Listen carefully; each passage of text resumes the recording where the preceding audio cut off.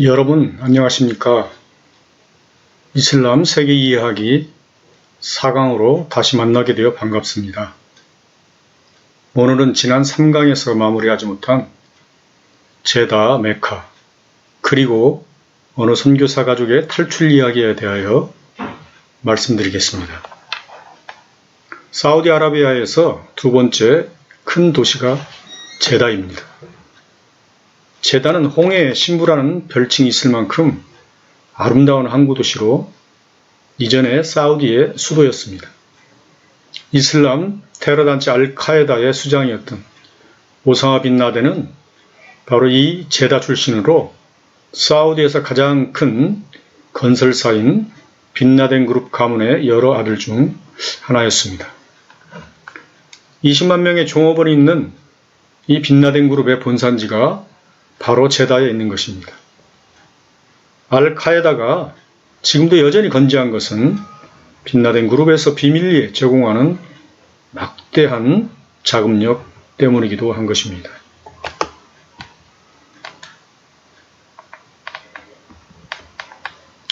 이 제다와 자동차로 30분 근거리에 있는 작은 도시가 바로 메카입니다.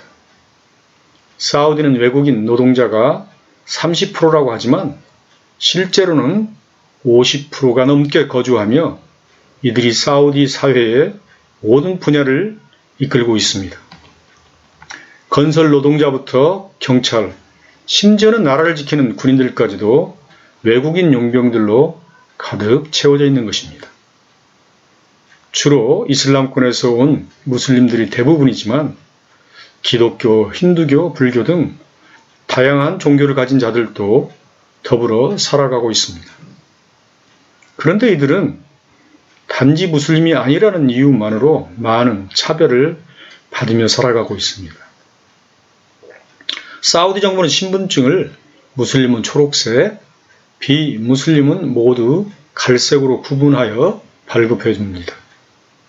초록색은 낙원의 축복을 받은 거룩한 자, 갈색은 마치 사막의 낙타와 같이 저주받은 인간이라는 의미이며 마치 동물 취급을 하겠다는 것입니다. 그리고 무슬림이 아니면 절대로 출입할 수 없도록 엄격히 구별된 곳이 바로 이 메카이기도 합니다. 자동차로 제다에서 2000km가 넘는 수도 리야드로 가기 위해서는 반드시 메카를 거쳐가야 합니다. 메카로 직통하면 많은 시간을 단축하여 리야드에 갈 수 있습니다. 리야드로 가기 위하여 제다를 출발하여 30분 정도면 메카 근처에 도달하게 되는데 도로 옆에 큰 입간판이 500m 간격으로 3개가 연속하여 세워져 있습니다. 이 입간판에는 비무슬림은 이곳에 출입할 수 없다. 동물길을 이용하라. 만일 메카로 접근하면 엄벌에 처한다라고 하는 문구가 영어, 아랍어, 그리고 한국어로 씌워져 있습니다. 이런 곳에 한국어가 있다니 반갑고 신기하지만 그 이유를 알고 나면 놀라움을 금치 못합니다. 한국을 이슬람화하겠다는 사우디의 의도가 얼마나 강력한 것인지를 보여주기 때문입니다. 가끔 사우디에 근로자로 온 한국 사람들이 무슬림으로 개종하기도 하는데 이런 경우 평생 직장을 제공해 줍니다. 뿐만 아니라 좋은 보직과 많은 상금까지 받을 수 있기 때문에 근로 계약이 만료되어도 한국으로 돌아가지 않고 사우디에서 무슬림이 되어 살아가는 것입니다. 사우디에 사는 동안 동물 취급을 받고 싶지 않기 때문인 것입니다. 그러나 필리핀과 같은 다른 아시아권에서 온 사람들은 설령 개종한다 할지라도 별 혜택을 받지 못합니다. 오히려 개종하여 이슬람 율법을 어겼을 경우 더욱 가혹한 처벌을 받아야만 합니다.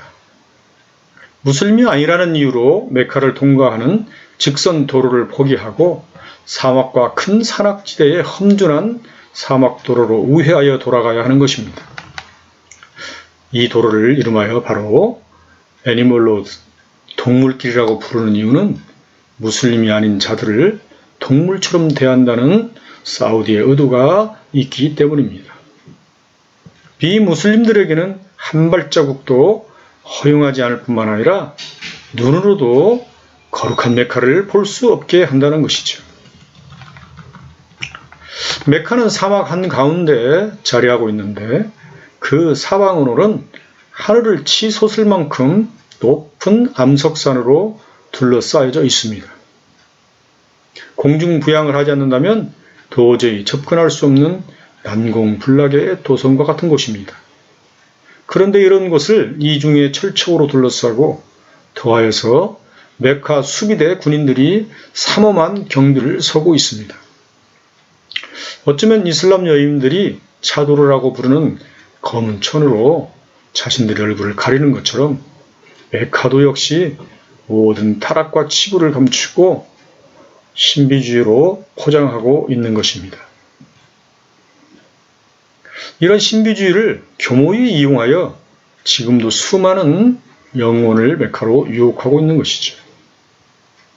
그들의 주장과는 반대로 메카는 알면 알수록 온통 거짓과 유선으로 잘 포장된 멸망의 도성인 것입니다. 메카의 구조를 자세히 들여다보면 이곳이 얼마나 종교의 허구로 포장된 곳인지 알 수 있습니다.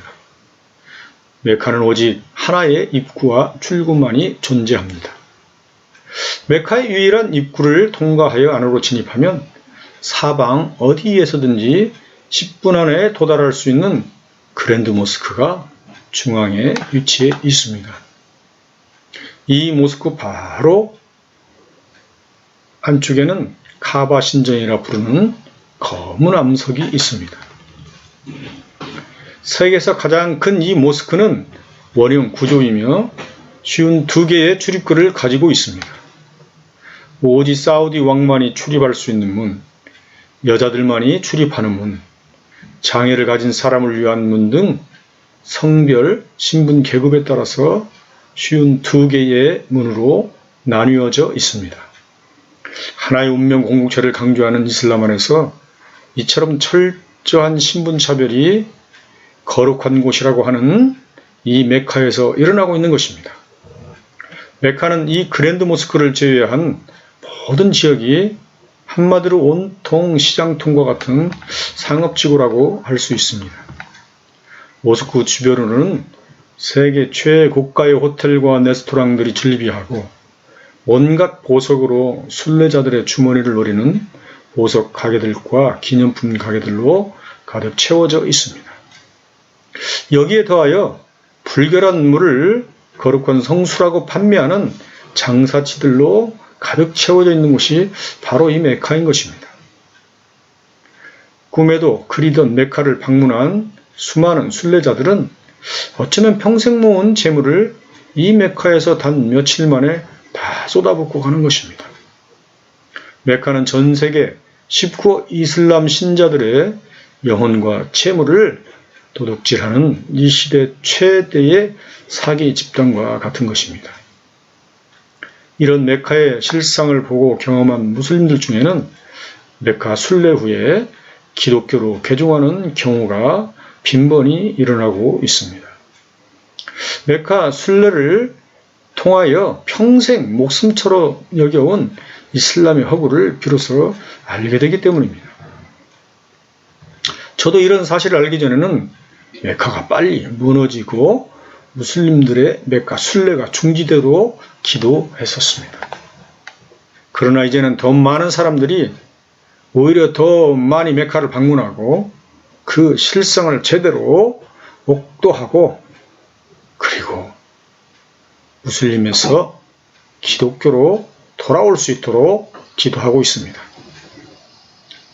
메카를 통하여 많은 영혼이 실제적으로 주님께 돌아오고 있기 때문입니다. 이슬람 신자들을 전도하다 보면 결정적으로 반박하는 것이 있는데요. 하나님께서 기독교인들을 보호하고 사랑하는데 왜 기독교 성지인 예루살렘은 여러 차례 이방인들의 발에 처참히 발폈냐는 것입니다. 하지만 메카는 알라의 보호 아래서 역사적으로 한 번도 이방인의 침략을 받은 적이 없으므로 이슬람만이 참 진리라고 주장하는 것입니다. 예루살렘은 이방인들에게 더럽혀졌지만 메카는 영원히 거룩한 곳이라고 주장하는 것이지요. 메카는 이슬람의 창시자인 무하마드가 태어나고 자라고 묻힌 곳입니다. 무하마드 당시 사우디는 족장 중심의 베두인들이 서로의 우물과 목적지를 지키기 위하여 피비린내난 전쟁이 끊이지 않았던 곳입니다. 당시 메카는 여러 베두인족이 각기 다른 신들을 동물들의 형상으로 만들어 섬기고 있던 정령 숭배 사상이 가득 찬 곳이었습니다. 메카 지역 부족 중 하나인 꾸라이쉬 부족의 지도자가 된 무함마드는 잔인한 살상을 통해서 영역을 확장해 나갔습니다. 여기에는 국제 통상무역으로 엄청난 부를 축적한 나이 많은 그의 처 카디자 역할이 매우 컸던 것입니다. 메카는 메디나와 함께 예멘과 시리아를 잇는 무역로로 중간에 위치하고 있는데 무역상들로부터 많은 돈을 거둬들일 수 있었던 것입니다. 그리고 마침내 여러 부족을 통일한 그는 종교를 통합할 목적으로 무더운 기후에 살아가는 베두인들이 가장 친밀하게 여기는 밤의 달을 이슬람의 상징으로 만든 것입니다. 나일강이 있어 수자원이 풍부하고 기후가 비교적 시원한 이집트는 고대로부터 태양신을 숭배하고 있습니다. 그러나 사우디는 전 국토가 사막으로 이루어져 있고 낮의 기후는 그야말로 살인적인 무더위가 장렬하는 곳입니다. 이런 환경 때문에 태양이 지고 은은한 달빛이 비추는 밤이야말로 베두인들의 한식처인 것입니다. 무하마드는 이런 심리를 잘 이용하여 오늘날 초생달로 상징되는 이슬람을 탄생시킨 것입니다. 지금도 이슬람이 있는 곳에는 끊임없는 살인과 전쟁이 계속되고 있습니다. 왜냐하면 이처럼 탄생 초기부터 이슬람이 가지고 있었던 폭력성과 잡신 숭배 사상이 인간의 존엄성을 무참히 파괴하면서 오직 종교 신봉자로 만들고 있는 것입니다. 누구나 자신이 믿는 종교의 발생지, 즉 성질을 답사하고자 하는 간절한 마음을 가지는 것은 당연한 것이지요. 누가 강요하지 않아도 자발적인 마음으로 성지순례 길에 오르는 것입니다. 그러나 사우디는 정치적, 경제적 목적을 달성하기 위하여 메카 순례를 교묘히 이용하고 있습니다. 이처럼 불순한 의도로 조작된 순례이기 때문에 메카 답사 후 수많은 사람들이 속았다는 실망감을 가지게 되는 것입니다. 그들의 주장대로 메카는 정복당하지 않은 거룩한 성지가 아니라 방문할 가치조차도 없는 사막 한 마을일 뿐입니다. 저는 메카에서 가장 가까운 홍해의 아름다운 항구 도시 제다에서 본격적인 지하교회 사역을 시작하였습니다. 사우디는 공식적으로 기독교인이 0%이지만 실상은 그렇지 않습니다. 제다를 중심으로 사우디 서부 지역에만 20개 이상의 지하교회가 있기 때문입니다. 이 지하교회를 중심으로 신부를 유장하며 사역하는 여러 나라 목회자들은 목숨을 걸고 사우디 현지 개종자를 돕고 있습니다. 이분들은 언제 어떻게 발각되어 심한 고문과 모진 수감 생활을 당할 수도 모르지만 미리 후임자 순번을 정해놓고 끊임없이 이 사역을 진행해 나아가고 있습니다. 저도 이 지하교회 20명의 리더그룹에 속하여 사우디 현지인 개종자를 돌보며 비밀리에 양육하는 사역을 감당했습니다. 이어서 어느 선교사 가족의 탈출 이야기에 대하여 말씀드리고자 합니다. 이 기고문은 2008년 저희 가족이 사우디 개종자 청년을 돕는 과정에서 겪은 이야기입니다. 그때의 기억을 더듬어 증언하고자 합니다. 저는 불과 며칠 전 사우디를 극적으로 탈출하여 이집트를 거쳐 한국에 임시로 귀국하였습니다. 며칠을 사우디에 볼모로 잡혀있던 아내와 그리고 두 아이 재현솔도 극적으로 이집트로 빠져나왔습니다. 왜냐하면 함마드라고 하는 한 사우디 개종자 청년을 6개월 동안 우리 집에 숨겨주고 인도로 종교 망명을 시도하던 중 사우디 정부국에 발각되었기 때문입니다. 이 청년은 철저한 이슬람 가정에서 자라 이맘학교, 이슬람 신학대학에 다니던 장래가 아주 촉망되는 청년이었습니다. 그러나 그의 개종을 눈치챈 가족들은 그를 명예살인하기 위하여 묻다와 종교경찰과 함께 추적해왔던 것입니다. 함마드 사건으로 인하여 지난 6개월 동안 14분의 지하교회 지도자들이 잡혀 들어가서 모진 고문을 당하고 끝내는 강제에 추방되기도 하였습니다. 14분의 사역자들은 우리가 함마드를 보호하고 있다는 사실을 끝까지 발설하지 않았습니다. 마지막까지 함마드를 숨겨온 저희 가정도 이제는 더 이상 피할 길이 없어서 예멘 국경을 통하여 인도로 함마드를 종교망명 시킬 것을 계획하였습니다.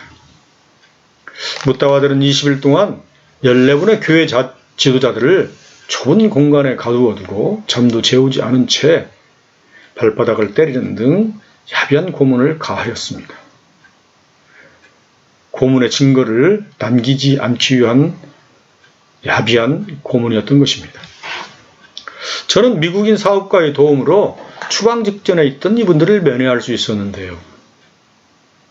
저는 사랑하는 동역자들의 참혹한 모습을 보는 순간 차마 어떤 말도 꺼내지 못하고 눈물을 터뜨릴 수밖에 없었습니다. 수용소 내부는 따로 화장실도 없어 쌓인 인문 냄새로 악취를 풍기며 정말 돼지우리보다도 못한 형편이었습니다.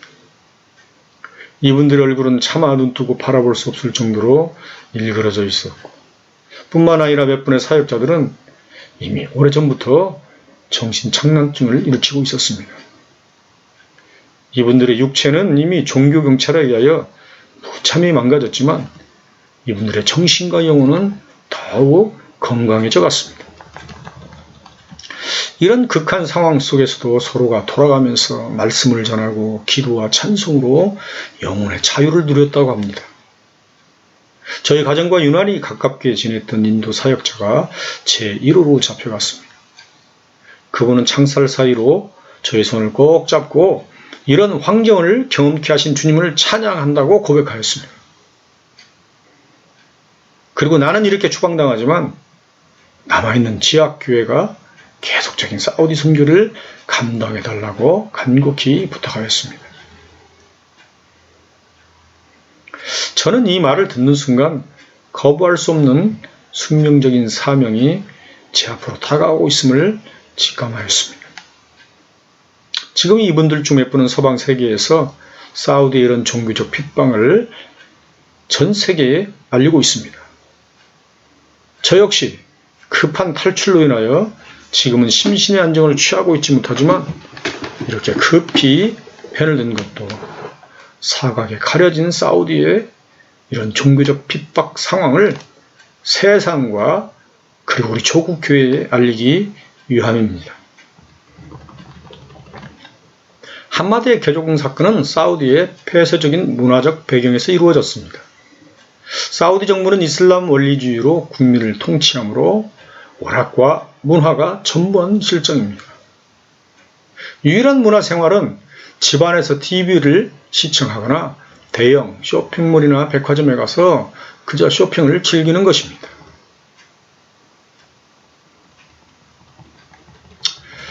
저희 가족 역시 하루 종일 집안에 머물러 있어야 하는 생활 패턴이 사우디 정착 초기 가장 힘들었습니다. 그나마 시원한 에어컨 바람이 나오는 쇼핑몰에 가는 것이 50도를 넘나드는 살인적인 더위를 피할 수 있는 유일한 피난처였습니다. 아이들을 데리고 하루에도 서너 번씩 쇼핑몰을 가다 보니 얼마 되지 않아 진열대 위에 있는 상품들의 위치를 다 파악할 정도였습니다. 직원들을 물어보지도 않아도 물건의 위치를 알 정도가 된 것이죠.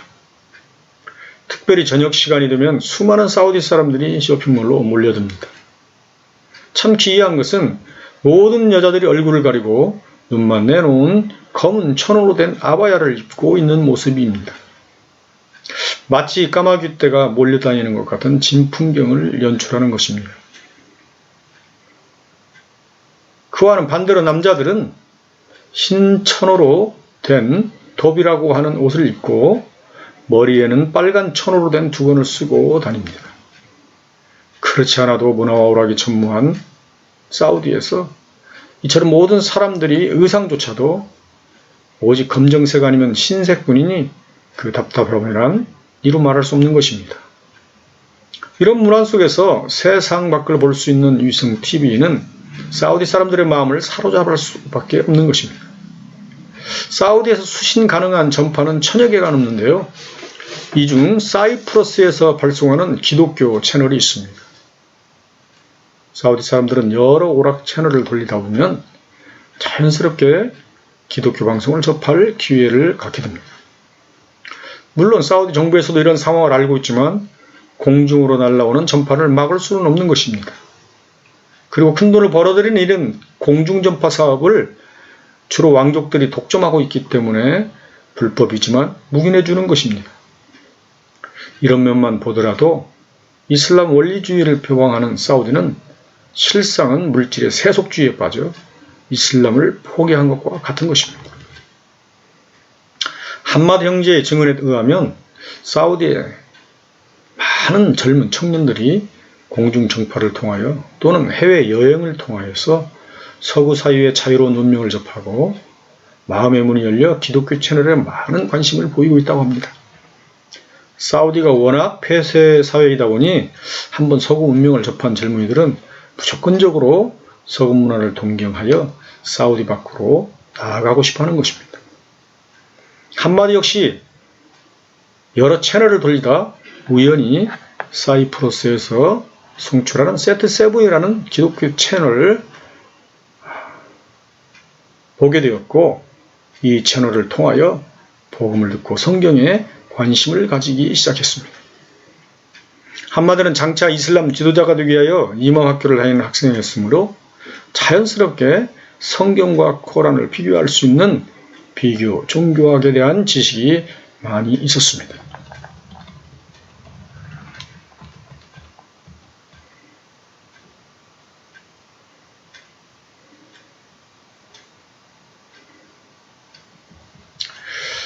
깊은 고민 속에 코란의 허구성을 발견하고 결국 참 진리 되신 예수님을 사모하는 마음으로까지 발전하게 되었습니다. 그러나 방송에서 배우는 복음 진리의 한계를 느껴 성경을 더 깊이 가르쳐줄 기독교인을 찾기 위하여 노력하던 중 저를 만나게 된 것입니다. 그러나 얼마 가지 않아 어느 날 그의 행동을 이상하게 여긴 부모님의 추궁에 그는 자신이 이슬람을 포기하고 기독교인이 된 사실을 당당히 밝히게 되었습니다. 이 일로 온 집안이 발칵 뒤집힌 상황이 되고 부모님과 가족들은 함마드가 다시 무슬림으로 돌아오라고 협박하였지만 함마드는 이에 굴하지 않고 야밤도주하여 저를 찾은 것입니다. 앞에서 설명한 바와 같이 사우디인들은 비록 사랑하는 자녀일지라도 무슬림을 버리면 배교자로 낙인 찍고 가족의 명예를 위하여 살해하는 것입니다.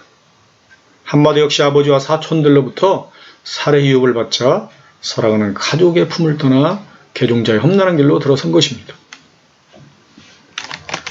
사실 우리 가족이 그를 받아들이기까지는 상당한 마음의 갈등이 있었습니다. 사우디에서 개종자를 돌본다는 것은 결코 쉬운 일이 아니기 때문입니다. 우선은 그를 숨겨줄 은밀한 공간이 필요한데 저희가 사는 주택은 여러 이슬람 국가에서 온 외국인 노동자들이 모여 사는 다세대 주택이었습니다.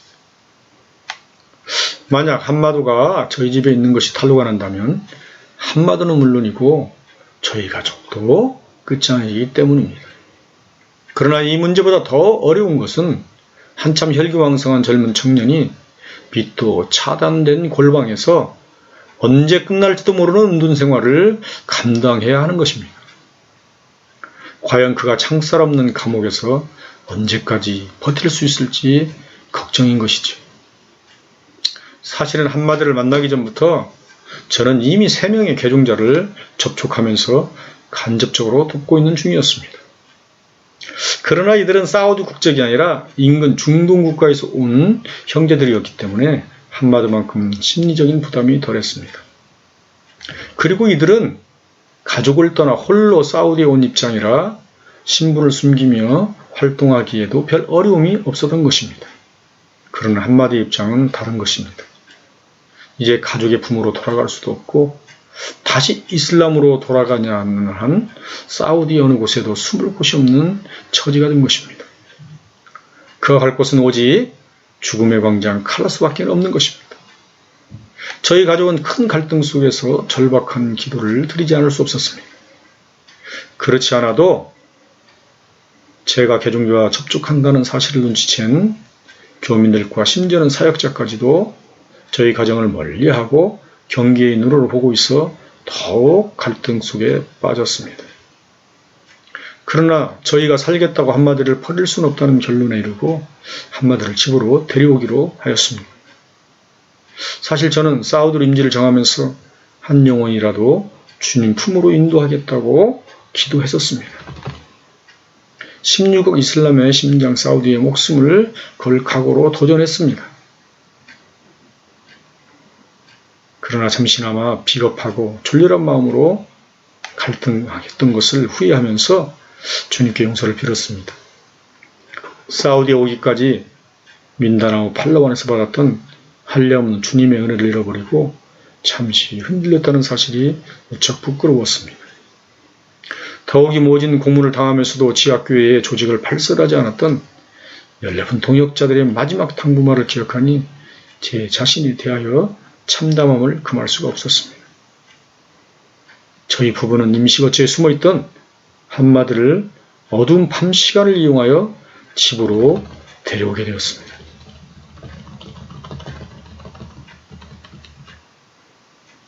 아무 영문도 모르는 두 아이는 새로운 식구가 생겼다며 좋아했고 특별히 형을 좋아하는 재현이는 식사 때마다 한마디를 위하여 간절히 기도해 주었습니다. 한마디는 저의 위로보다 재현이의 기도에 큰 위로를 받으며 하루하루를 즐겁게 생활해 나아갔습니다. 한국 음식에 잘 적응하지 못하는 한마디를 위하여 매 식사 때마다 고민하며 사우디식 식사를 준비해주는 아내의 모습에 큰 감동을 받곤 하였습니다.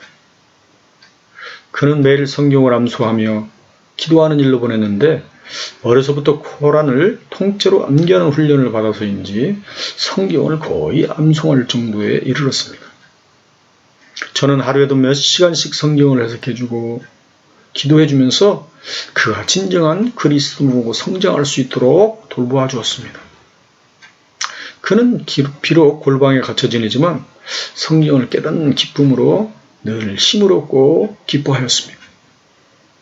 그러나 시간이 흘러가면서 저희 가족은 큰 마음의 고통을 더욱 가지게 되었습니다. 가족이 외출할 때마다 골방에서 나오지 못하는 그를 생각하면 미안한 마음을 금할 길이 없었기 때문입니다.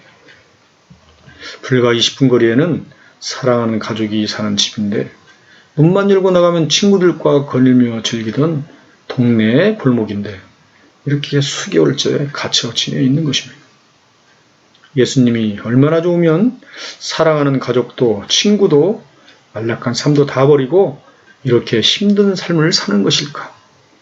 저는 그를 볼 때마다 믿음 없음에 너무나 부끄러웠습니다. 가족과 종교경찰에 집요한 추격을 당하고 있다는 한마디를 집안에 숨기고 지낸 지도 어느덧 6개월을 넘기고 있었습니다. 이렇게 시간이 장기화되면서 저희는 더 이상 그를 보호할 수 없을 만큼 정부의 삼엄한 검열이 가까이 오기 시작했습니다. 이때쯤 요르단에서 사역자 가족 모임이 있었는데 여행에 필요한 짐을 꾸리고 있던 저희를 옆에서 보고 있던 한마디가 저의 가슴을 때리는 말을 합니다. 여행용 가방이라도 들어가서 몰래 사우디를 빠져나갔으면 좋겠어요. 나비처럼 훨훨 날아서 사우디를 벗어났으면 좋겠어요. 이 말을 듣는 순간 자동차를 개조하여 그를 숨겨 요르단 국경을 통과할 수도 있겠구나 하는 생각이 들었습니다. 저는 이 일을 실천하기 위하여 국경 상황을 탐색하기로 하고 2,000km가 넘는 요르단 국경을 2번이나 사전 탐사하였습니다. 그러나 요르단 국경 쪽은 도와줄 사람도 없고 수십 개의 검문소를 통과하는 것이 불가능하다는 결론을 내리게 되었습니다. 이때쯤은 저를 통하여 주님을 만난 살렘은 예멘 쪽이라면 자신이 도와줄 수 있다는 제안을 하였습니다. 살렘은 저보다 나이가 연장자인 인도 출신 무슬림으로 30년 전 사우디로 건너와 사우디 국적을 취득한 사람이었습니다. 그는 전직 국가 정보원 출신인데 은퇴 후에는 여러 가지 사업을 경영하고 있었습니다. 저는 그와 비즈니스 상대로 만나서 좋은 관계를 유지하고 지냈습니다. 그는 저를 볼 때마다 항상 제가 무슬림이 되면 참 좋겠다며 전도를 하곤 하였는데요. 제가 누군지도 모르면서 말입니다. 그러던 어느 날 한밤중에 그에게서 급한 전화가 걸려왔습니다. 일주일째 화장실도 못 가고 복수가 차서 거의 죽을 지경인데 나보고 빨리 와서 기도해 달라는 것입니다. 저는 바로 달려가지 않고 뜸을 들이며 그의 마음을 더 간절하게 하였습니다. 그리고 저는 알라의 이름으로는 기도할 수 없고 예수님의 이름으로 기도한다면 갈 수 있다고 제안하였습니다. 그는 워낙 다급한 상황이라 좋다며 제발 빨리만 와달라고 하였습니다. 저는 그의 머리와 배에 손을 올리고 예수님의 이름으로 간절히 기도해 줬습니다. 그리고 잠시 대화를 나눈 후 집에 돌아왔습니다. 아침 동트기 전에 그로부터 다시 한번 전화가 왔습니다. 제가 돌아간 후에 얼마 지나지 않아 일주일 동안 막혔던 소변이 폭포수처럼 나오면서 아주 작은 돌멩이들이 쏟아져 나와서 일주일 만에 편한 잠을 잤다는 것입니다. 그런데 더 신기한 것은 잠시 잠든 사이에 꿈속에서 하얀 천을 입은 어떤 사람이 자기를 안아주며 따뜻한 손으로 배를 만져주었다는 것입니다. 그는 잘은 모르지만 제가 예수님의 이름으로 기도해 주었으니 아마 그분이 예수님일 거라고 간증하는 것입니다. 이런 인연으로 그는 날마다 성경을 공부하며 나날이 예수님께로 빠져드는 은혜를 누리게 되었습니다. 저에게 한마디의 안타까운 소식을 전해들은 살렘은 정보원 시절부터 잘 알고 지내는 예멘 국경 쪽에서 활동하고 있는 알카에다 조직원들이 우리를 도와줄 수 있다고 한 것입니다.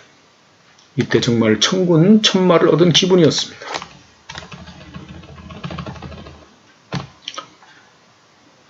저와 살렘은 이 일을 위하여 다시 한번 2,000km가 넘는 예멘 국경까지 사전 답사하며 예행 연습을 하고 드디어 예멘으로 망명을 결정하고 실행에 옮기게 되었습니다. 저와 살렘 그리고 한마드는 우리의 생명을 주님께 맡기는 간절한 기도를 드리고 사우디 출발을 위하여 국경으로 향하였습니다. 아내와 아이들의 불안에 떠는 눈빛을 보며 혹 돌아오지 못하면 천국에서 만나자는 말로 위로하고 자동차에 시동을 걸었습니다. 제달을 출발 이틀에 걸쳐 오직 베두인들만이 이용하는 사막의 거친 길을 달려서 국경 가까이 도달하니 20개가 넘는 검문소를 통과해야 하는 난관에 부딪혔습니다. 그런데 갑자기 천지를 분간할 수 없는 강한 모래바람이 불면서 검문소를 지키던 군인들이 검문소 문을 활짝 열어놓은 채 숙소로 대피하는 일이 일어났습니다. 우리는 무사히 국경한 한 식당에 도착하게 되었습니다.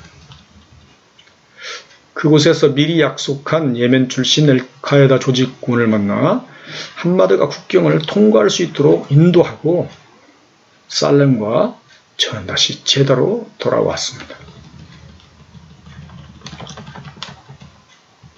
그러나 제다에 도착하기 전에 저는 정보국에 의해 전국에 수비령이 내려졌다는 소식을 현직 정보부에서 근무하는 살렘의 친구를 통해 알게 되었습니다. 다행히 살렘에게는 아무 이상이 없었습니다. 제가 5시간 안에 제다 공항을 빠져나가지 않으면 체포된다는 사실을 알게 되고 지하교회 사역자들이 초비상이 걸렸습니다. 저는 혼자는 나갈 수 없다며 잠시 망설였지만 남은 사역자들의 간곡한 부탁으로 가족의 얼굴도 보지 못한 채 급히 공항으로 향했습니다. 저희를 처음부터 돕고 있던 미국 사역자의 도움으로 항공권을 구입하고 사우디에서 가장 가까운 나라 이집트로 극적으로 빠져나오게 된 것입니다. 이후에 아내는 어린 2아이를 데리고 한 집사님의 도움으로 여러 날 숨어 지내다 가족 역시 기적적으로 사우디를 빠져나오게 되었습니다. 하루아침에 안성문 집사님이 거액을 투자하여 마련해준 사업체와 자동차를 비롯한 우리의 모든 재산은 사우디 정부에 압수당해버렸습니다.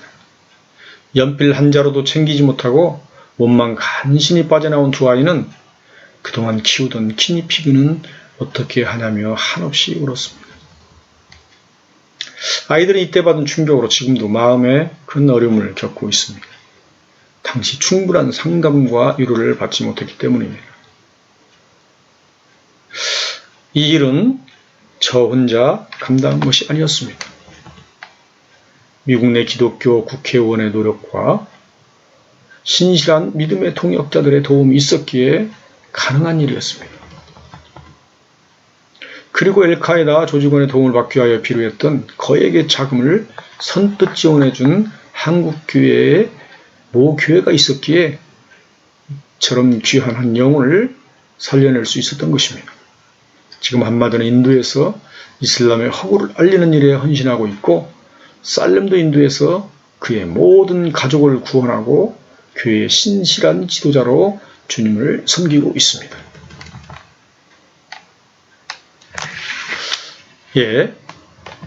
오늘은 사우디 제다 그리고 어느 선교사의 가족 탈출 이야기로 4강에 대하여 말씀드렸습니다. 끝까지 경청해 주셔서 감사합니다. 다음 5강으로 만날 때까지 안녕히 계십시오.